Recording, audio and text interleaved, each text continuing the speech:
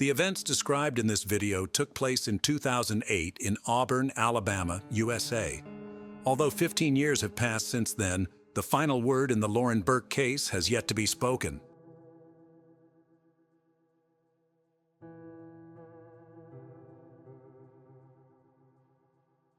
Lauren Ashley Burke was born December 30th, 1989 in Marietta, Georgia.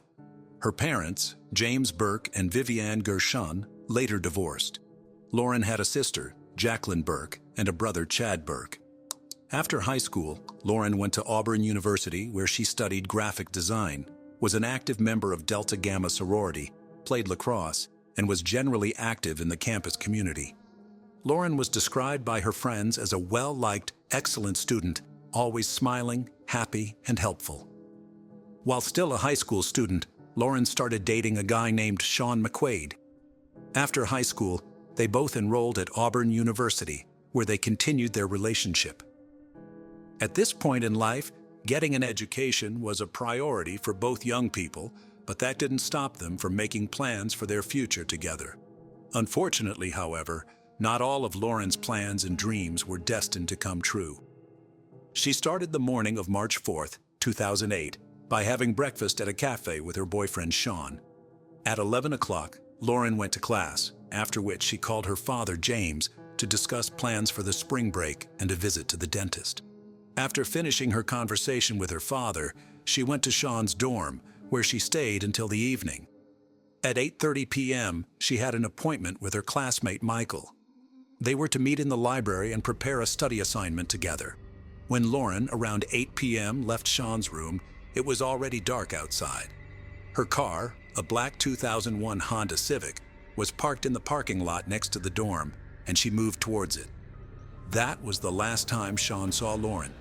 Michael, whom Lauren was supposed to meet at the library, started calling her cell phone after she didn't show up for her appointment, but Lauren didn't answer for some reason. He kept calling over and over, and finally he heard Lauren's voice on the other end. She said she wasn't coming to the library because she'd forgotten all about the appointment, and then she hung up. A little later, at about 9 p.m., 911 received a call about an injured girl who had been seen lying on the road between the Farmville Baptist Church and Route 280 on the 147 freeway. It was Lauren. Drivers stopped their cars in the roadway, blocking traffic in both directions.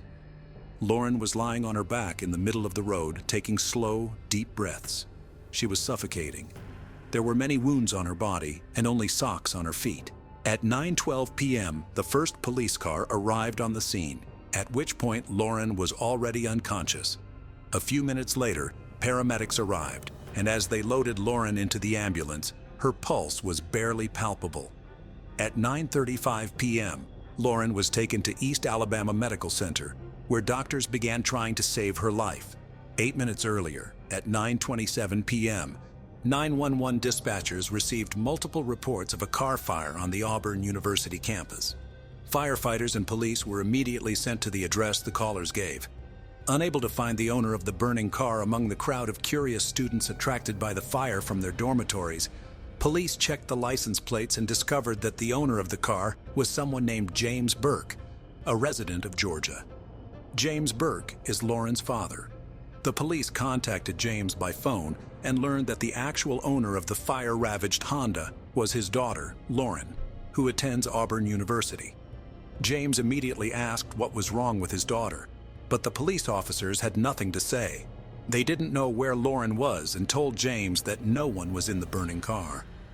After James talked to the police officer, he immediately started calling his daughter's cell phone, but she didn't answer, which only added to his anxiety.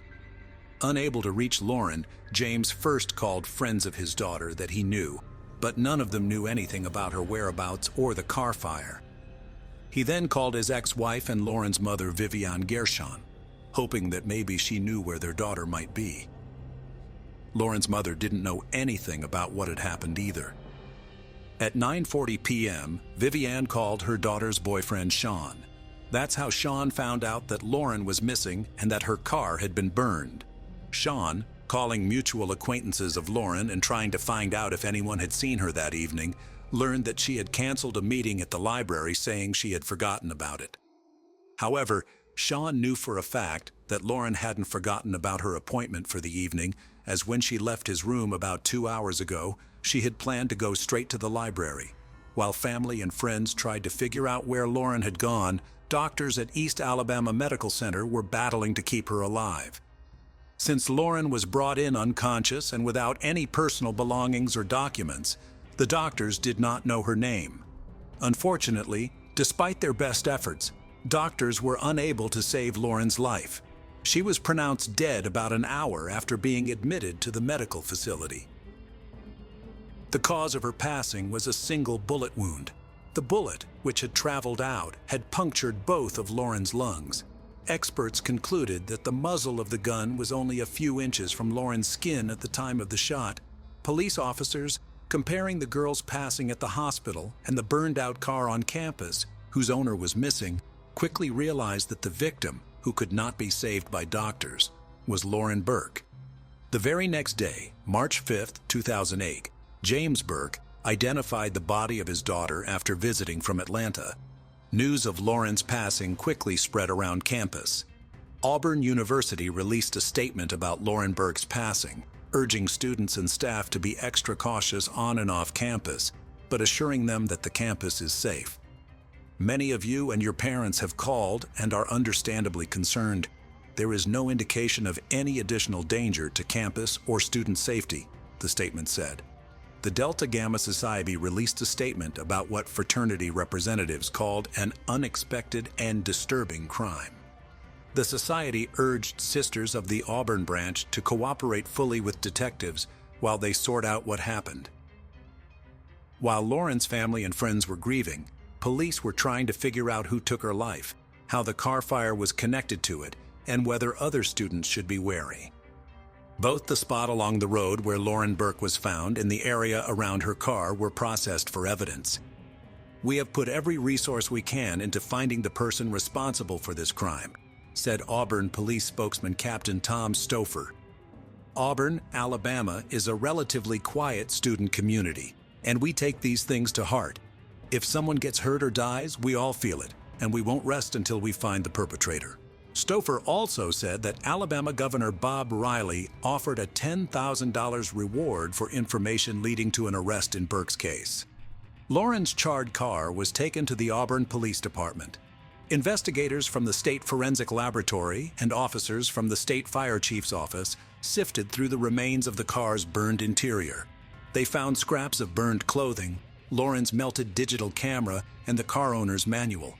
A .38 caliber bullet was found under the front seat, which could mean the interior of the car was the scene of the crime, and the perpetrator had set it on fire to destroy the evidence. Detectives interviewed Lauren's family, friends, and boyfriend. None of them could name a single person who wanted to harm Lauren and was capable of doing so. Knowing that before her passing, Lauren was in a dorm at Sean's, the investigators searched his room, but nothing was found to link Sean to the crime. After speaking with Michael, whom Lauren was supposed to meet in the library, detectives learned that when Lauren answered his phone, he heard a noise similar to that of a moving car. At the same time, it emerged that someone had used Lauren's bank card several times, shortly after she was found lying in the road.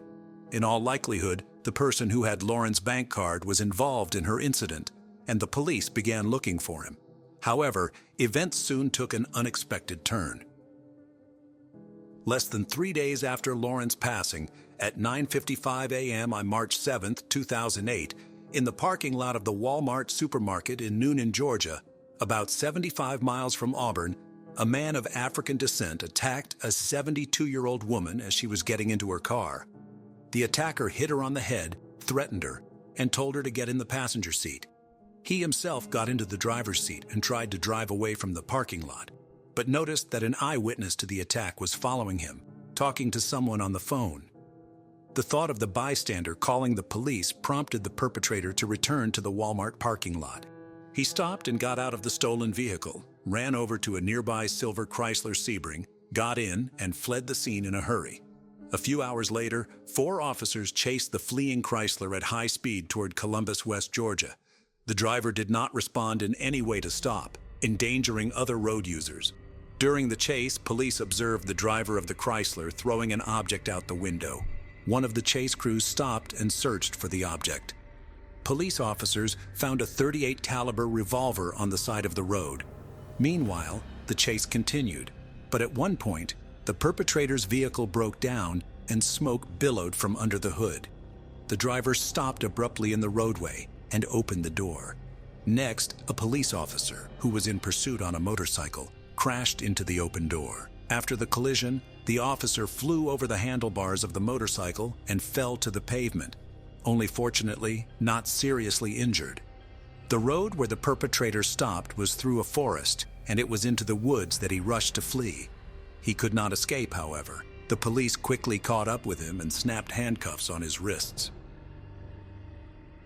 Courtney Laroe Lockhart was born on October 20th, 1984. In the words of his family, he was a nice, fun-loving guy until he joined the U.S. Army. He was sent to Iraq in 2004, from which he returned as someone else in 2005, according to his mother. "He wasn't the Courtney I knew," his mother said. Courtney was a cheerful guy, but after he returned from Iraq, he never smiled again, never let anyone stand behind him, and sometimes hid in the closet or under the bed. In 2006, Lockhart and his girlfriend, with whom he had by this time broken up, had a daughter. Also in 2006, he was court-martialed for assaulting other soldiers, using illegal substances, and deserting his unit without permission. He spent 7 months in detention before being dishonorably discharged from the Army in December 2006. As 2008 approached, Lockhart was said to have gone increasingly off the rails. He barely showered, stopped visiting his daughter, and was heavily addicted to illegal substances. Beginning in February 2008, he committed a string of burglaries, and with the exception of a convenience store robbery, his methods were always the same. He would approach the victim from behind as she was getting into her car in the parking lot, threaten her with a gun, demand that she give him her purse, and attempt to take possession of the car. One such crime ended taking the life of Lauren Burke. Lockhart's string of assaults stopped on March 7, 2008, after he attacked a 72-year-old woman and failed to evade a police chase. After his arrest, Courtney Lockhart, 23, was taken to the police station, where he confessed that he was the one who kidnapped and took Lauren Burke's life. The interrogation was videotaped and became a key piece of evidence at trial. Plus, Lauren's personal belongings such as her iPod and bank cards were found in his car. He gave a detailed account of the events of the day he kidnapped Lauren. It was Tuesday, March 4, 2008. Lockhart woke up in his silver Chrysler Sebring. He had spent the previous night in his car, not far from East Alabama Medical Center. He needed money, so he started driving around Auburn looking for another victim. It's worth noting that all the people he attacked were women, none of them men. His drive ended on the campus of Auburn University, where he parked next to the student dorms. He spent several hours sitting in his car watching the students. Around 8 p.m., he noticed some girl walk up to the car parked next to him and leisurely opened the door. It was Lauren. Without thinking long, Lockhart grabbed his revolver and approached Lauren from behind. Poking her with the muzzle of his gun, he asked her how much money she had on her. When he didn't get an answer, he pushed Lauren into the car, into the front passenger seat, and got behind the wheel. According to Lockhart, Lauren said nothing but screamed in fear. When she finally calmed down, she pulled $200 from her purse, handed it to him, and begged him to leave. Instead of leaving, however, he ordered Lauren to take off her clothes. At gunpoint and hearing threats against her, Lauren complied, stripping off everything but a pair of socks. According to Lockhart, there was only one reason he made Lauren undress. He thought that if she had no clothes on, she would not want to escape. Lockhart then began to drive around the streets of Auburn. All the while, he was driving with one hand on the wheel and with the other holding Lauren at gunpoint. She tried to dissuade him from committing the crime, and when he said his life was over, Lauren promised to help him find a job. At some point, her phone started ringing. Lockhart told her to answer it and make something up so no one would suspect anything. It was a call from Michael, whom Lauren was supposed to meet at the library. When she answered, She said she had forgotten about the meeting and hung up right away. Lockhart said that they continued to drive through the streets of the city, and Lauren wouldn't give up trying to talk him into letting her go. She said she would help him overcome the difficulties he was facing. As they were driving down Highway 147, Lauren opened the door to jump out of the moving car, and at that point Lockhart said he accidentally fired a shot. As we now know, the fired bullet pierced both of Lauren's lungs, plus she sustained injuries from the fall. She managed to wave to passing drivers before her strength failed her, and she lost consciousness. Lockhart told investigators that he parked outside the church and watched as cars began to stop next to Lauren lying on the pavement. Realizing that the police would be arriving any minute, he hurriedly fled. Planning to destroy the evidence he had left in the car, he drove to a gas station and bought a can of gasoline, which he paid for with Lauren's bank card. He doused the interior of the car with the gasoline he bought, then got in and drove to the campus where he abducted Lauren because his Chrysler was parked there. According to Lockhart, as he drove, he became dizzy from the gasoline fumes, so he rolled down the windows to let air in from the street. You might be wondering why he didn't drive to the campus first and doused Lauren's car with gasoline there. Why did he drive on a powder keg, since a short circuit or spark could have caused the car to burn up with him? Perhaps it had something to do with Lockhart's mental problems or low IQ, but we shall talk about that a little later. Upon arriving on campus, Courtney took $46, an iPod, and her bank cards from Lauren's car before setting the car on fire and driving off in his Chrysler. He drove to a gas station where he paid for the gas with Lauren's money.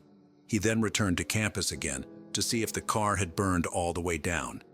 Investigators began to question whether all of Lockhart's testimony was true.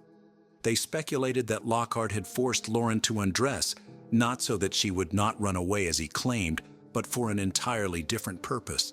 But he could not get what he wanted because Lauren suddenly jumped out of the moving car.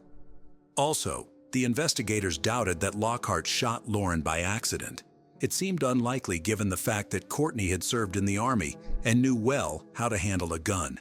It seemed more logical that Lauren realized that Lockhart wasn't going to let her go and decided that her only chance of escape was to jump. She opened the door, and as she jumped out of the car, Lockhart shot her. Ballistics testing confirmed that the bullet found in Lauren's car was fired from the gun Lockhart had thrown out the window as he tried to evade a police chase. In addition, experts ran tests and ruled out the possibility of an accidental discharge. The trigger had to be pulled hard enough to make the shot. Lauren's family and friends bid her farewell on March 9th, the same day investigators interrogated Lockhart for the second time. The next day, he was formally charged multiple times in the Lauren Burke case. The trial began on November 8, 2010. Lockhart's attorneys claimed that their client had a mental illness because of his military service and that the shooting of Lauren was accidental. According to court documents, Lockhart pleaded not guilty by reason of mental defect or insanity. The court was presented with the testimony of a psychologist who testified that Lockhart had an IQ of 86, which is below average, that he had some symptoms from being in combat in the military, but he did not have PTSD, and that Lockhart was immature and not thinking straight. Although the state attempted to introduce evidence of Lockhart's other crimes and his dishonorable conduct in the military, the trial judge excluded that evidence. After the guilt phase of trial, the sentencing phase immediately followed. Lockhart presented witness testimony and evidence in an attempt to cast himself as a war hero who was mentally disturbed by combat and the death of his commanding officer. The jury rendered a special verdict in which an additional aggravating factor was the taking of a person's life in the course of the kidnapping. The jury voted 12-0 to recommend a sentence of life without parole. The trial judge later disagreed with the jury's advisory sentence and sentenced Lockhart to death. In a 28-page sentencing order, the judge explained why he disagreed with the jury's opinion. He concluded that the kidnapping weighed heavily in favor of the death penalty. The victim was alone, unarmed, and she was chosen by Lockhart at random. The kidnapping is even more egregious because she was taken from a college campus, a place where students should feel safe, and forced into her own car. Lockhart forced her to undress and held her at gunpoint in order to prevent her escape.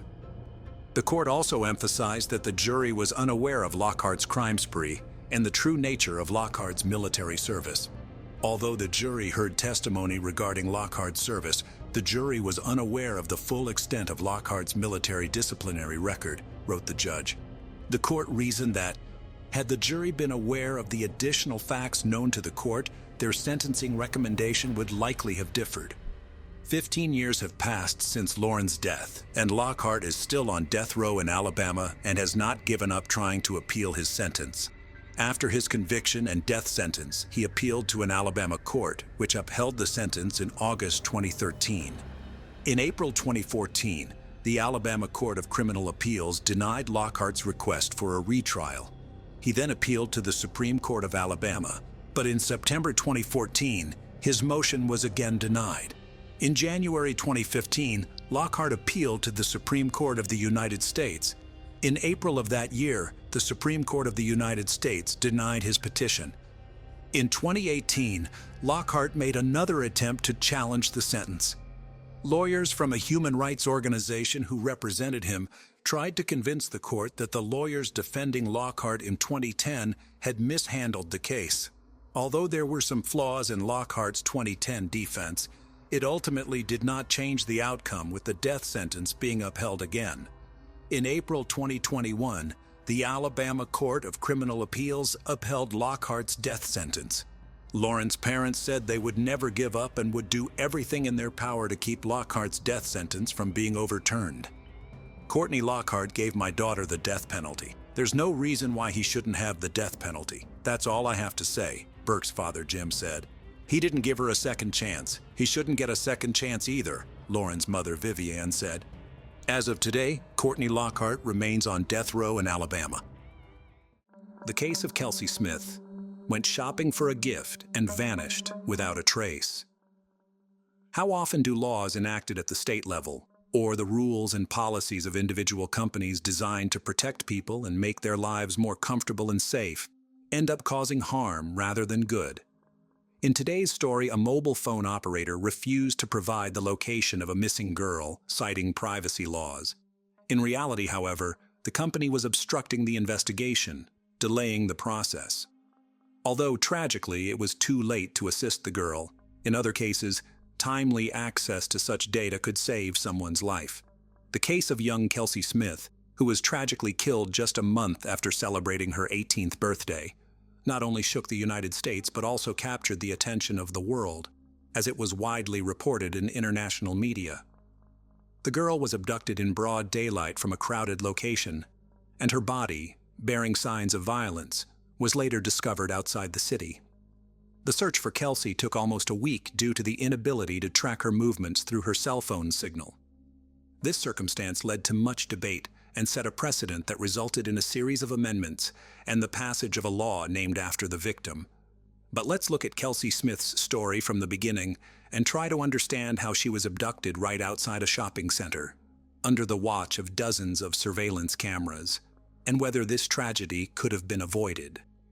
We will also explore the personality of the abductor and criminal, who was considered by all to be a loving husband and caring father. Who is Edwin Hall? We will begin our examination of this difficult case by getting to know the man who caused the terrible tragedy. Edwin Roy Hall, friends knew him as Jack Hall, was born in 1981, April 17th, in the small town of Lee's Summit, located almost on the border of the states of Missouri and Kansas. He was the second child in a low-income and extremely disadvantaged family. Edwin's childhood was hard, if not to say harsh. Parents of the boy used in large quantities of hot drinks and illegal substances, not engaged in the upbringing of children, and mistreated them. Later, Hall will tell about the fact that at the age of 5, he was intimately abused by his uncle, his father's brother, but unequivocally confirm or deny this statement is simply not possible. Many thought that this detail was invented by the perpetrator's lawyer in order to make his client look like a victim of circumstances at the trial and try to mitigate his punishment. But be that as it may, and at the age of 6, Edwin found himself in an orphanage after his father was behind bars and his mother was deprived of parental rights. In the following years, the boy changed several foster families, but each time he was abandoned after a while and returned back to the orphanage. This was due to the uncontrolled aggression of the child, as well as his cruelty. From an early age, Hall showed sadistic tendencies towards animals. He liked to torture them and watch the suffering. The boy did not recognize anyone's authority, disobeyed his foster parents, stole, and ran away from home. His last foster family returned Edwin to state custody at the age of 15. This was after the teenager attacked his stepsister with a knife. Then the tragedy was avoided, and the boy was pitied and not prosecuted. However, a year later, he again came to the attention of the police when he deliberately hit another orphanage pupil, who was much younger than him, on the head with a baseball bat. As an adult, Hall had no record with the police, and he seemed to have matured, taken charge, and finally reformed. At the age of 20, he married a girl named Alita, who bore him a son a year and a half later. Edwin got an old Chevrolet truck from the 70s, on which he worked, transporting various goods. His neighbors knew him as a quiet, humble, and friendly guy, as well as a good family man. However, he also had another secret life, which became known only when Hall found himself in the dock for committing serious crimes. Who was the victim? Kelsey Smith. Kelsey Ann Smith was born in 1989 on May 3rd, in a place called Overland Park, which ranks as the second most populous city in the state of Kansas. She was the third of 5 children in the large and very close-knit family of Gregory and Missy Smith. Growing up alongside her older brothers Steve and sister Lindsay, as well as her younger siblings Caddy and Zach, she was very close to all of them. The family patriarch, Gregory "Greg" Smith, was a former military man and a veteran of the United States Navy. He had also served in the police force for over 2 decades and was now enjoying his well-deserved retirement. Meanwhile, the mother, Missy Smith, had dedicated her life to healthcare, having worked for many years at one of the local hospitals.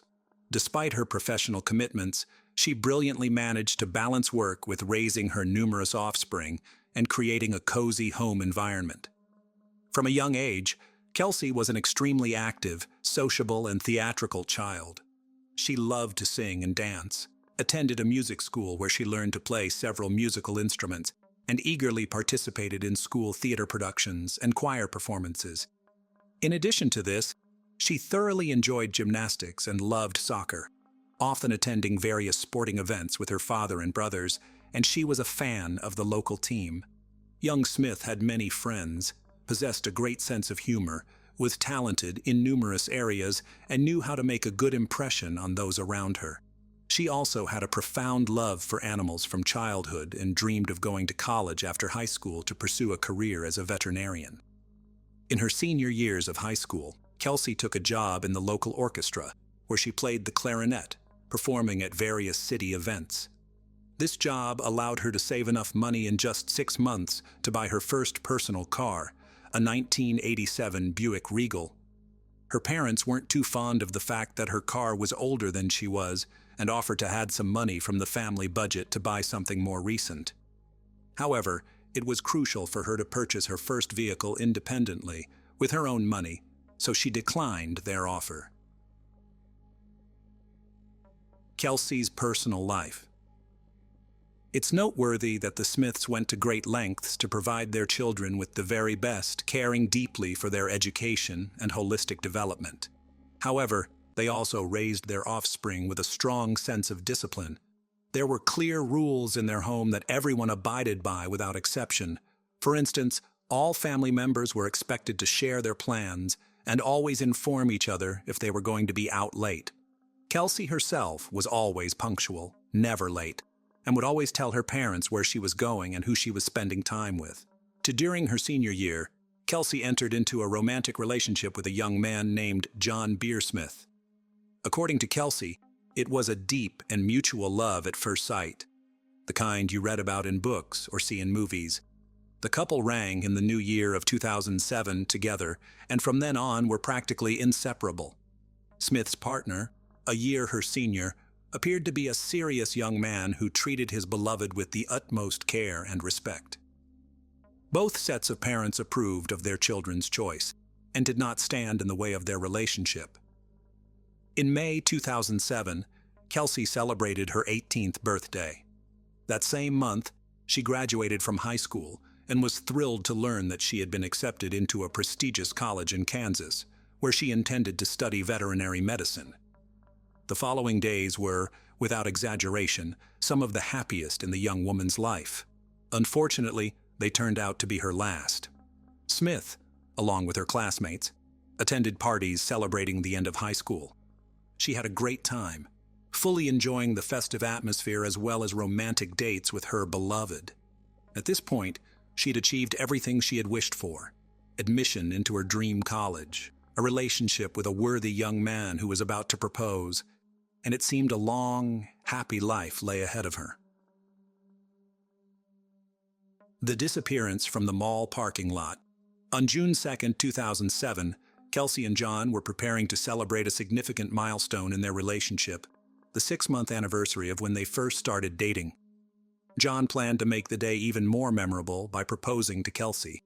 He had a beautiful engagement ring custom-made for the occasion, reserved a table for 2 at a restaurant, and the evening was set to be one of the happiest in their lives together. Kelsey was unaware of the upcoming proposal, which was meant to be a surprise.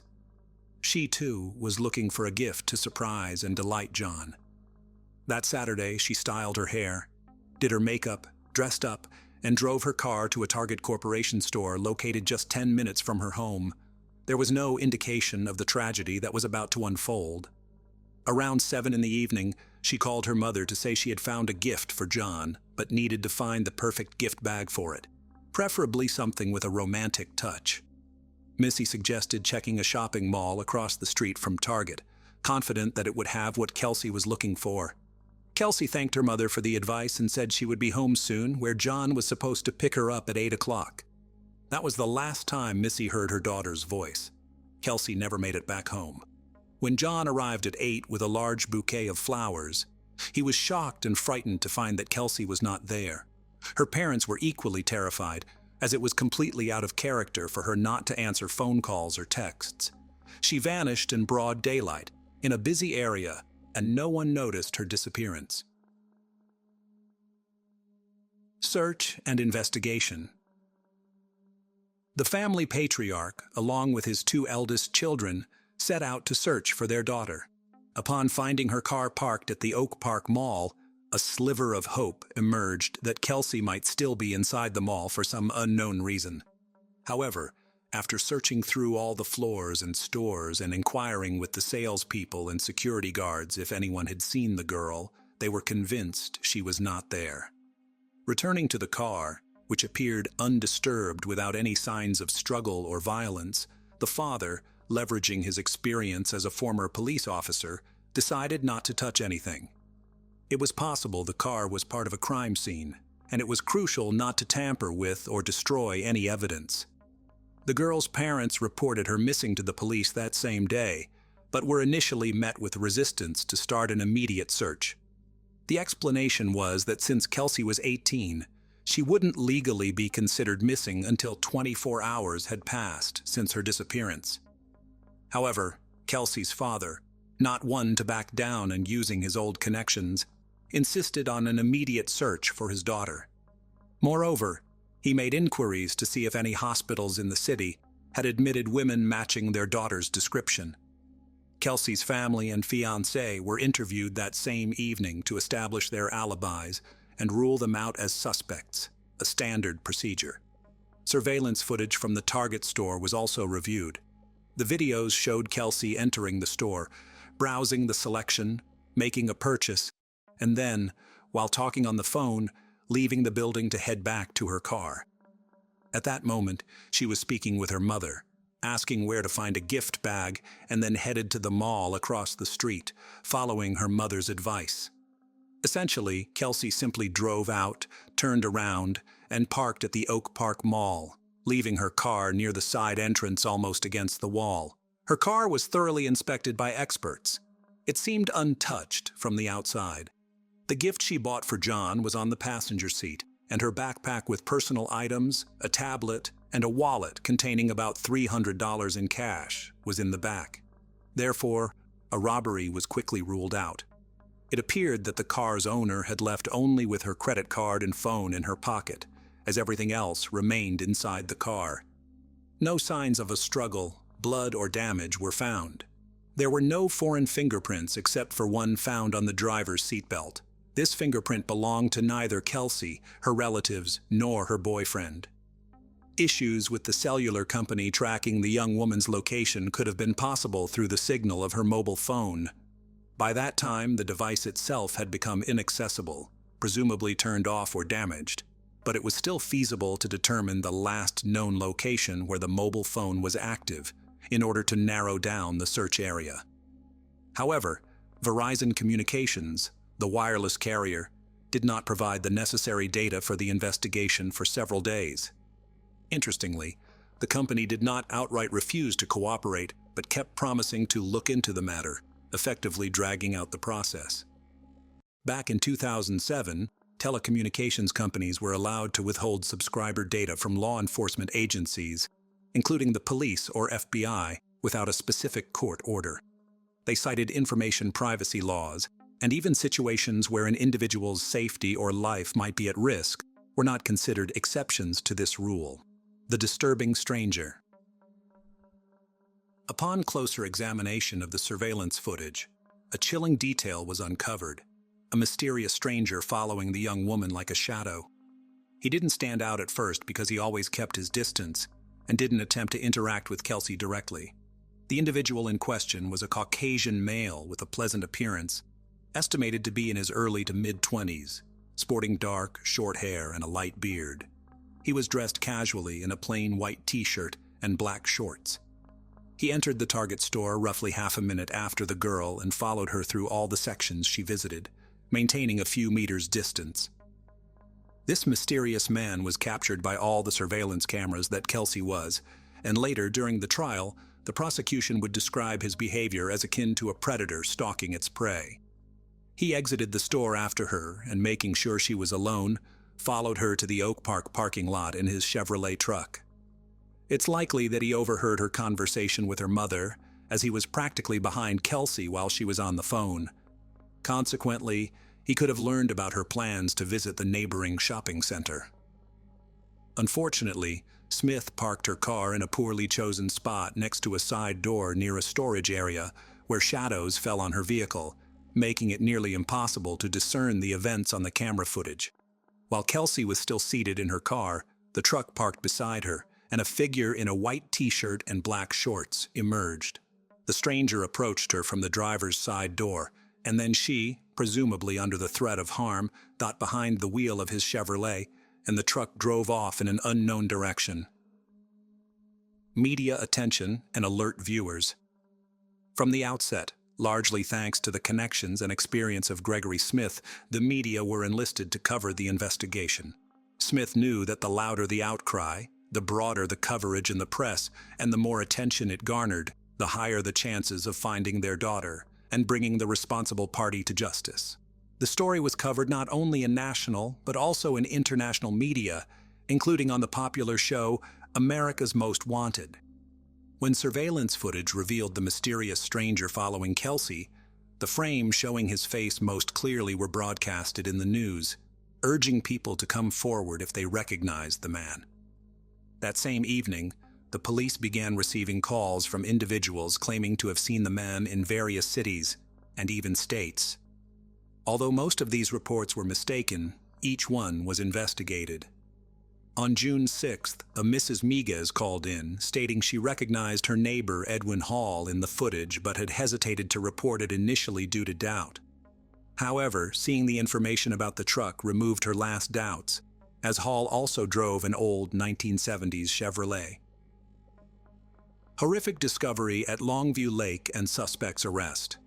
On June 6, 2007, several pivotal events unfolded in the investigation. First, crucial data regarding the last known location of Kelsey's phone signal was finally obtained from Verizon Communications.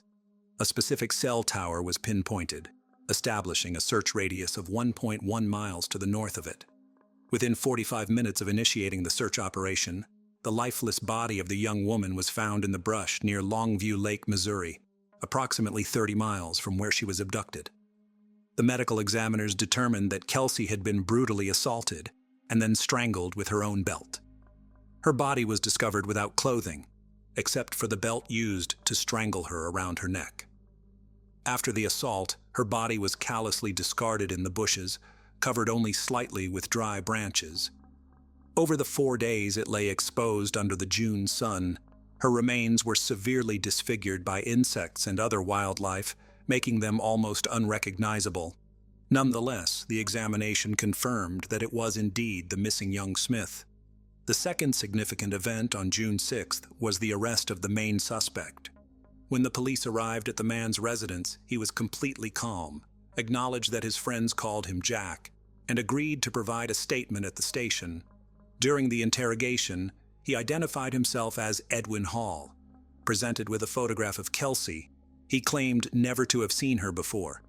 Even when shown surveillance footage from the store showing him following her closely, he insisted he had merely visited Target for personal reasons and hadn't noticed her, suggesting their appearance together in the footage was merely a bizarre coincidence. Irrefutable evidence. Edwin was evidently confident that he had left no trace behind and could not be held accountable. His van was clean. He had assaulted the victim using contraception, leaving no DNA evidence. Therefore, Hall agreed to cooperate with the investigation and even volunteered to provide his DNA sample and fingerprints. Crucially, his thumbprint matched the one found on the victim's car's seatbelt buckle, becoming a pivotal piece of evidence. Furthermore, during a thorough search of the suspect's home, a hidden air pistol was found with Kelsey's DNA traces on the barrel. Hall was then officially charged with the abduction, assault, and termination of the young woman's life. Since Smith was abducted in Kansas, but her lifeless body was discovered in Missouri, there arose a question regarding the jurisdiction of the trial. This detail was significantly important as it affected the potential sentence. In Missouri, the perpetrator faced the possibility of capital punishment. Trial and sentence Hall, realizing the gravity of his situation and after consulting with his attorney, decided to fully admit his guilt and disclose the details and circumstances of the crime in hopes of receiving a lesser sentence. He recounted how he noticed Kelsey as she entered the store and followed her. Indeed, he was close enough to overhear her phone conversation, learning she planned to visit the shopping center across the street. Edwin made sure Smith was alone, followed her to the adjacent parking lot, and was pleased when she parked in a secluded spot near the side entrance. He then emerged from his vehicle, armed with a pistol, waited for the victim to return to her car, and prevented her from closing the door as she was getting into the driver's seat.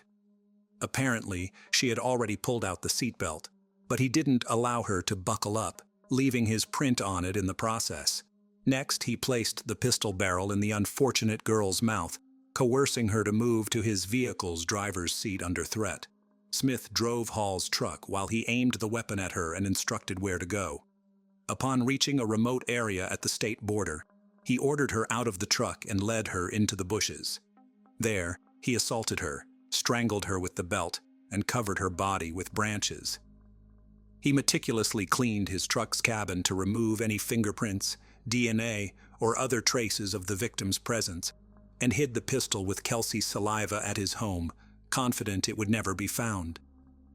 When asked about his motive, he couldn't provide a clear explanation, but indifferently commented on her fantastic legs. Additionally, during the investigation, several other women and girls victimized by Hall's actions came forward. As a result, charges of corruption of a minor, harassment, and theft were added to the existing accusations. Hall's lawyer attempted to appeal to the court's sympathy, highlighting his client's troubled childhood, past victimhood, lack of parental care, and upbringing in foster homes. The defense's efforts were in vain, but the lawyer was the only person to speak on the defendant's behalf and support him. Hall's wife was present at all court hearings, but sat quietly in a corner, refusing to defend her husband. On September 16, 2008, Johnson County's judge sentenced Edwin Roy Hall to 27 life sentences without the possibility of parole. After hearing the verdict, the defendant apologized to the Smith family for his actions and then broke down in tears. He is currently serving his sentence at the Hutchinson Correctional Facility in Kansas.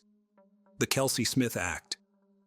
The role of Verizon Communications in this case, which hesitated for 4 days to provide data regarding the last known location of the missing girl's phone signal, drew significant attention.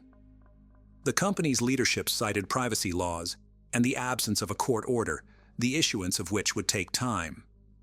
Although it was later determined that this information wouldn't have saved young Smith, in other situations, it could help preserve the lives and health of individuals in danger. This led to the enactment of the Kelsey Smith Act by Kansas in 2009, mandating telecommunications companies to provide subscriber location information when there is a risk of death or serious physical harm to the individual. An additional 29 states, including Missouri by 2012, adopted similar legislation. In 2021, Oklahoma, Montana, and Illinois also passed the Kelsey Smith Act. Since its enactment, this law has helped save many lives. For instance, in 2015 in Lenexa, Kansas, when a perpetrator stole a car with a child in a car seat, the police were able to locate him within half an hour by tracking the signal from the mobile phone left on the back seat by the child's mother. In 2021 in Illinois, a similar method was used to find a young woman who attempted to end her life by jumping off a cliff. She survived, albeit with significant injuries, but the prompt tracking of her phone signal led to her rescue. Interestingly, the Smith family never requested the law to be named after their deceased daughter. The idea came from Kansas Senator Rob Olson. Following their tragedy, the girl's family established a foundation to assist crime victims and continues to raise awareness among young people about safety issues. In the midst of winter, when families gather to celebrate peace and joy, a sinister shadow loomed over the picturesque town of Dover, Arkansas. It was December 1987, a time meant for festivity and love, but for one family, it became a scene of overwhelming horror.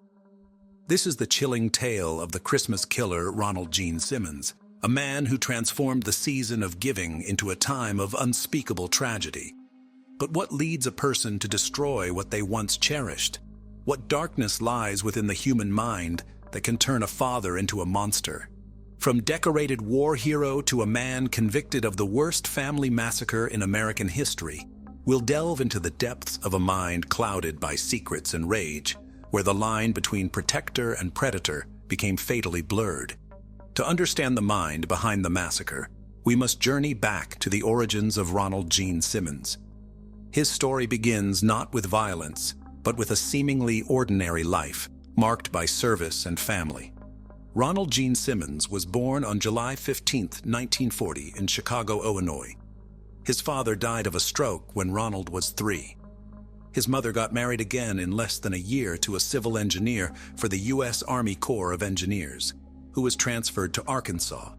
Little is known about Simmons's early childhood, but it was a life that took a turn towards discipline and commitment when Ronald dropped out of school and enlisted in the United States Navy in 1957, and later the U.S. Air Force. Simmons served with distinction. Over a 22-year career, he received several commendations, including the Bronze Star Medal, the Republic of Vietnam Gallantry Cross, and the Air Force Ribbon for excellent marksmanship. But behind the facade of a decorated military man, there were undercurrents of turmoil. Simmons married Rebecca Ulibarri in 1960 in New Mexico, and together they had 7 children. However, the veneer of a normal family life was shattered in 1981 when allegations emerged that Simmons had been assaulting his 15-year-old daughter, Sheila, and had fathered a child with her. Fearing prosecution, Simmons uprooted his family, moving them from New Mexico to a desolate 13-acre tract of land in Pope County, 6.5 miles north of Dover, Arkansas, known as Mockingbird Hill. This property, isolated and ringed with a makeshift fence, up to 10 feet tall, became a fortress of sorts, a place where Simmons could exert total control. The residents didn't have a phone or indoor plumbing. But what was it? that drove a man of discipline and service to the edge of such darkness? Was it the fear of losing control over his family, the desperation to conceal his illicit acts, or something deeper, a more sinister aspect of his psyche yet to be revealed? The facade of the family man began to crumble, revealing a tyrannical figure, ruling his household with an iron fist. The family, once a symbol of joy and unity, became prisoners in their own home. This descent into tyranny was but a prelude to the horror that would unfold, unraveling the chilling transformation of Ronald Gene Simmons from a respected military man to one of the most notorious mass murderers in American history. In November 1979, Simmons retired from the Air Force and military service. He did some low-paying jobs in the nearby town of Russellville, Arkansas. He worked as an accounts receivable clerk at Woodline Motor Freight, but had to resign after multiple reports of inappropriate sexual advances. He worked for about a year and a half at a Sinclair Mini-Mart, but had to quit on December 18, 1987, because of low wages. Two of the elder children, Billy and Sheila, had moved out, got married, and started their own families. So by the time of the murders, there were only 7 people living in the house. The calm of the holiday season in 1987 was shattered in Dover, Arkansas, by a series of heinous crimes. Ronald Gene Simmons' descent into murderous madness began shortly before Christmas, on December 22nd. The Simmons family home, once a haven of domestic life, turned into a chilling stage for an unthinkable act. Ronald Gene Simmons, armed with a .22 caliber pistol, commenced a killing spree that would become the worst family massacre in American history. His first victims were his wife, 46-year-old Rebecca, and eldest son, 26-year-old Ronald Jr., bludgeoned with a crowbar and shot. And he strangled Ronald Jr.'s daughter and his granddaughter, 3-year-old Barbara. Their demise was just the beginning. Simmons lay in wait for his other children, feigning a festive spirit, only to mercilessly end their lives, one by one. Later that day, the Dover school bus dropped off the younger kids for their Christmas break from school. In a macabre ritual, Simmons systematically strangled and drowned his younger children, displaying a level of brutality that defies comprehension. The youngest victims, mere toddlers, met a similar fate, their innocence stolen in the most atrocious way. Simmons told them he had gifts for each of them, which he wanted to give one at a time, then strangled them and held under the water in a rain barrel. First to receive her gift was his eldest daughter, 17-year-old Loretta. His 3 other children, 14-year-old Eddie, 11-year-old Marianne, and 8-year-old Becky, were murdered in the same brutal manner. He then dumped the bodies in one of the cesspits he had made his children dig days before. But the horror did not end there. On December 26th, as the rest of the world celebrated, Simmons' remaining family members arrived for a holiday visit, unaware of the nightmare that awaited them. 23-year-old Simmons' son Billy, his 21-year-old daughter-in-law Renata, and their child were the next to fall victim to his unfathomable rage. Billy and Renata were both shot dead. Their bodies were left by the dining room table next to the decorated Christmas tree with unopened gifts and covered with their own coats and some bedding. Then their 20-month-old son, Trey, was strangled and drowned. The same fate befell his 24-year-old daughter, Sheila, her 33-year-old husband, Dennis, and their children. Simmons strangled his and Sheila's child, 6-year-old Sylvia, and finally, his 21-month-old grandson, Michael. The bodies were meticulously laid out, a grim tableau that defied any sense of humanity. He then covered their bodies with coats. Sheila's body was laid on the dining room table and covered with Rebecca Simmons' best tablecloth. He wrapped the bodies of Trey and Michael in plastic sheeting, and they were left in abandoned cars behind the Simmons home. Simmons then embarked on a chillingly ordinary series of errands, his actions a stark contrast to the carnage he had just inflicted. He drove to a Sears store in Russellville to pick up Christmas gifts previously ordered for his family. That night he went out for a drink at a local bar. When he returned home, he spent the night and the next day drinking beer and watching television surrounded by the dead bodies of his family. On December 28th, the killing spree spilled over into the town of Russellville. In the morning, Simmons drove a car that had belonged to his son, Ronald Jr., to a Walmart in Russellville and purchased a second firearm. Fueled by a mix of revenge and rage, Simmons targeted those he felt had wronged him. The violence was indiscriminate, claiming the lives of acquaintances and strangers alike. His former workplace, a law firm, became the stage for his continued rampage. 24-year-old Kathy Kendrick, a secretary who had rebuffed his advances, was his first victim. She was fatally shot. The brutality continued at the Taylor Oil Company, where he shot and wounded the 38-year-old owner, Russell Taylor, who was also the owner of Sinclair Mini Mark, from which Simmons had recently resigned. He also killed a complete stranger in the building and shot at another employee before exiting the building, but missed. In Sinclair Mini Mart, Simmons shot and wounded 2 more people. He then shot his former supervisor, 35-year-old Joyce Butts, twice, and wounded her in the office of Woodmine Motor Freight. She survived and testified later that Simmons had yelled at her during a previous argument about wages. The entire rampage lasted 45 minutes. 2 people were killed and 4 wounded. Simmons' final act was as perplexing as it was chilly.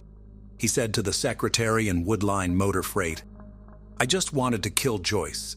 Just Joyce. I've gotten everybody who wanted to hurt me." Simmons surrendered to police without resistance, his spree of violence concluding as abruptly as it had begun. But the most heinous of his crimes were yet to be discovered. Simmons sat silently in his cell and stared at the wall. He refused to speak to investigators or even his attorneys. He didn't say a word during the interrogation. But when he was asked about his family, Simmons' eyes got red and started to well up. His lips started to quiver. The police got suspicious. They couldn't reach his family, so 2 officers drove to the isolated home. The investigation began on the chilling grounds of the Simmons family home. Here, detectives encountered a scene that defied belief. Family members' bodies laid out with a chilling meticulousness. It was a tableau that spoke volumes about the mindset of the killer. In the aftermath of this unprecedented massacre, questions swirled. What drove a father, a husband, a war veteran, to commit such unspeakable acts against his own family and community? And what can we learn from this tragedy to prevent such horrors in the future? In the wake of the horrific murders committed by Ronald Gene Simmons, law enforcement faced the daunting task of piecing together a puzzle that spanned both family tragedy and public rampage. As the probe widened to include Simmons' subsequent attacks in Russellville, the challenge for investigators was to understand the connection between the family murders and the seemingly random acts of violence that followed. The evidence gathered was overwhelming.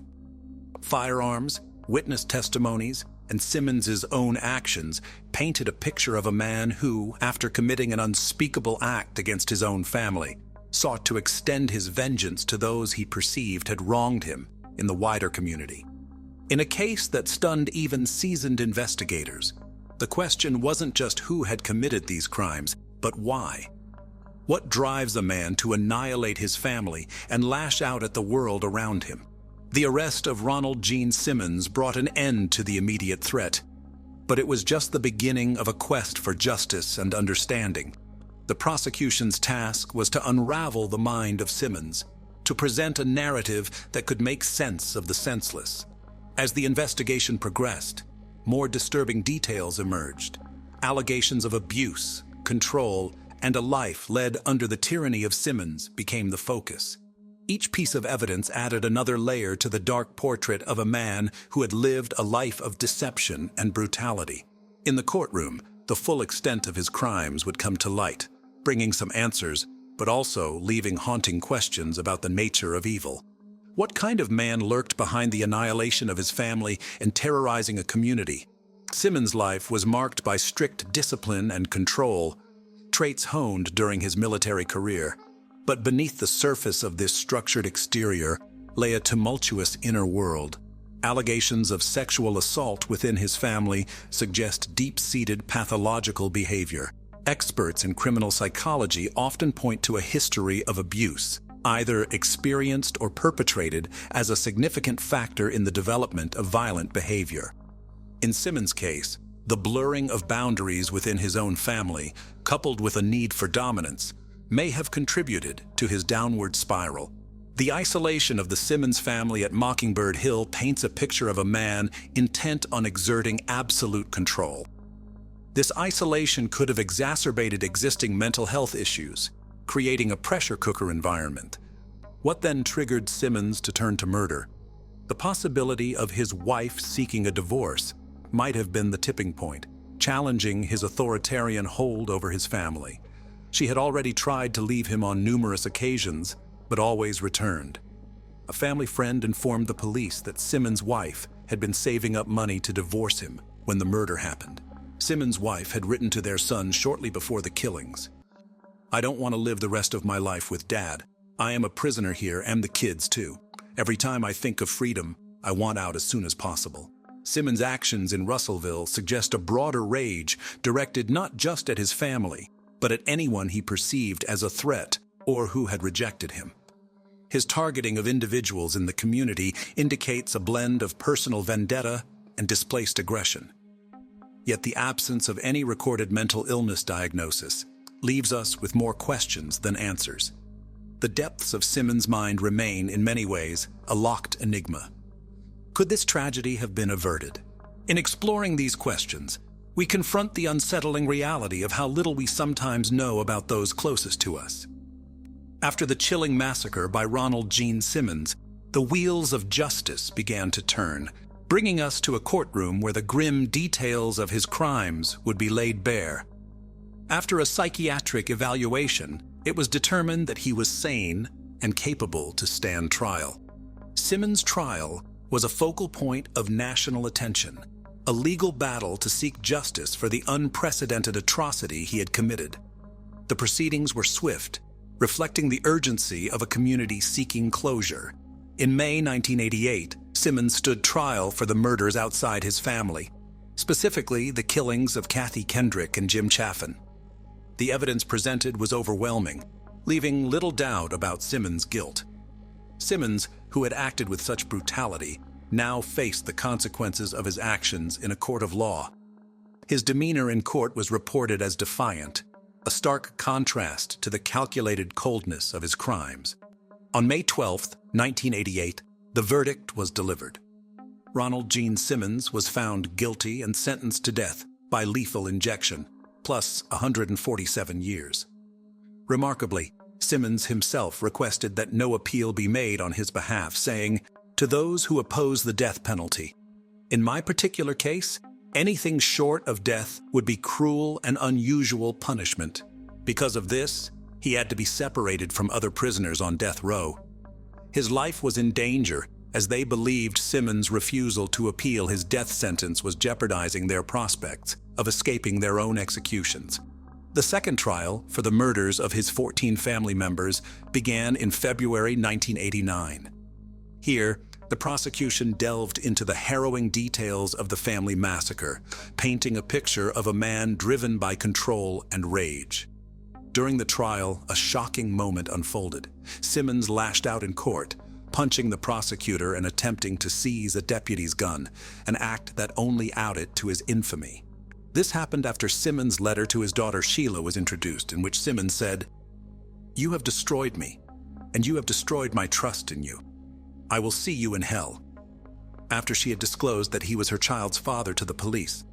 On February 10, 1989, Simmons was found guilty of 14 counts of capital murder.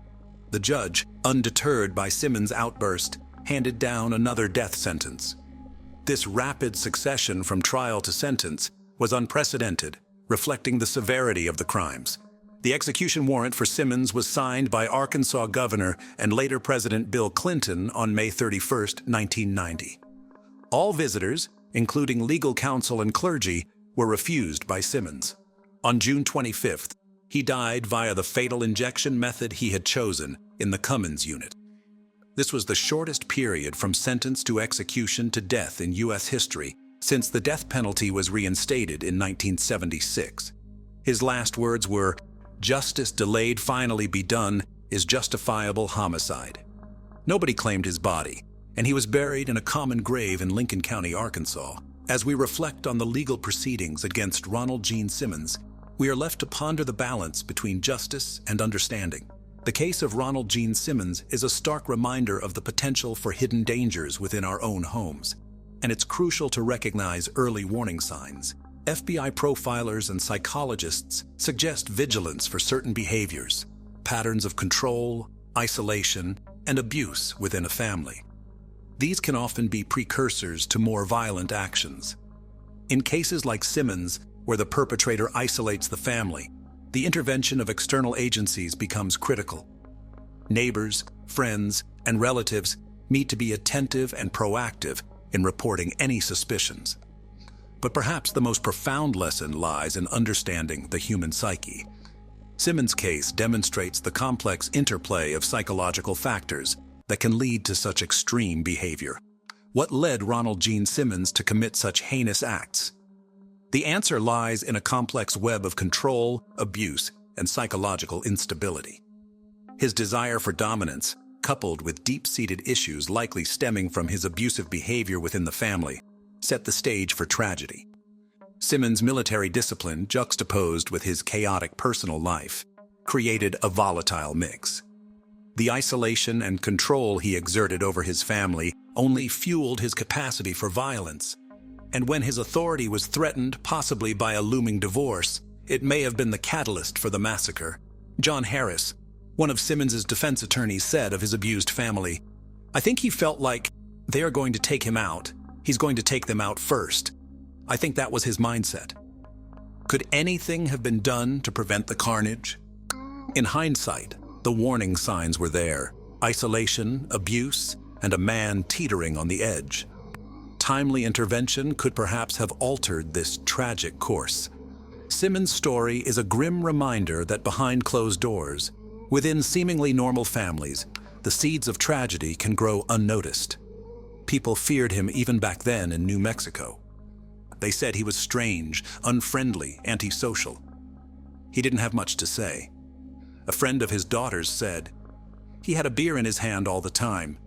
He had one little room he would stay in all the time. It was dark and seemed spooky, and it stunk." Attorney John Harris also said that there was more than one person to blame.